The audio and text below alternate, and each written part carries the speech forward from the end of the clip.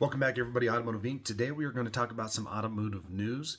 Before we get started, if you don't mind smashing that subscribe button in the corner of that screen somewhere or down below, make sure you hit a thumbs up and notification bell so you know I'm posting new content. Got a lot of great stuff coming in just less than a week, and we got a great towing video coming tonight, so you'll want to see that. But as you guys have seen, the thousands and thousands of videos out there, some people just keep making them about the car market crash.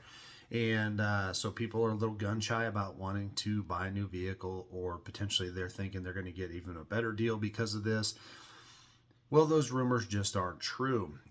Let's also dispel one other rumor real quick. Back before the coronavirus came in, and then during the coronavirus, we all heard that dealers were never going to basically keep vehicles on the lot anymore. It's kind of going to be like an a la carte. You go build it, they ship it in.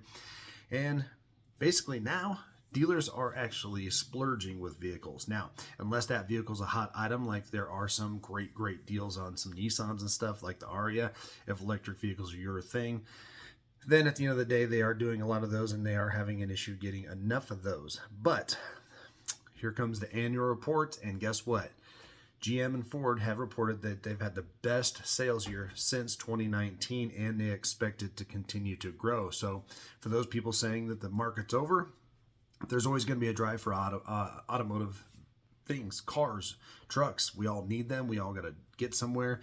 And so at the end of the day, that is going to be it. So GM reported that their 2024 sales of more than 2.7 million vehicles, up 4.3% from a year before.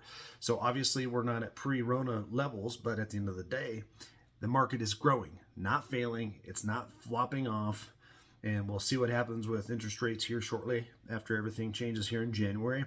But I expect that things are going to kind of get back to normal. And there's a lot of incentivized things through a lot of these manufacturers with their APRs if you have good credit. Ford also reported their 2024 sales of 2.08 million vehicles, which is just under the 2 million in 2023.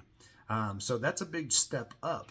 And basically sales in the U.S. for vehicles have continued to rise over the last year, again rebounding from where it was, and they expect it to surpass where it normally was.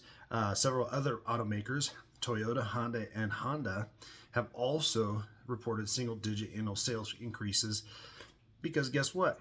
There's a demand for cars. Now, one other little thing is GM is and has remained the country's top-selling automaker, followed by Toyota, then Ford. Honda and Kia rank fourth, and Honda and Chrysler Stellantis have had some significant raises, but obviously they got a ways to go. So at the end of the day, guys, at this huge fire sale, this huge dumpster fire, whatever you want to put it on your video, that's fine. It might get attention, but here at Automotive Inc., I want to be as serious as I can, as straightforward as I can, and honest as I can. That's never been my thing. So again, there is a lot of interest in the auto industry and the changes that are coming. There's a lot of refreshes that are coming from a lot of manufacturers this year. So I do believe that the things are going to continue to rise. I think they're going to get back to where they were. Honestly, I really do.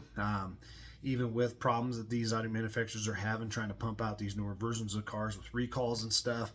But at the end of the day, something drastically would have to happen before this actually was an actual true thing about the automotive industry crashing.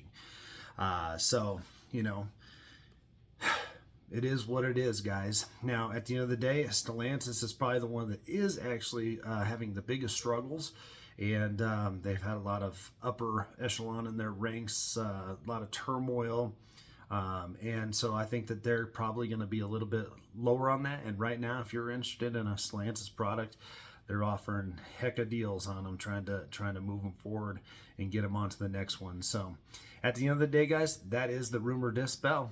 There's no market crash. It's rising. It's not going anywhere. But make sure you do your homework before you buy a new vehicle. At the end of the day, guys, I appreciate you guys being here, and we'll catch you on the next one.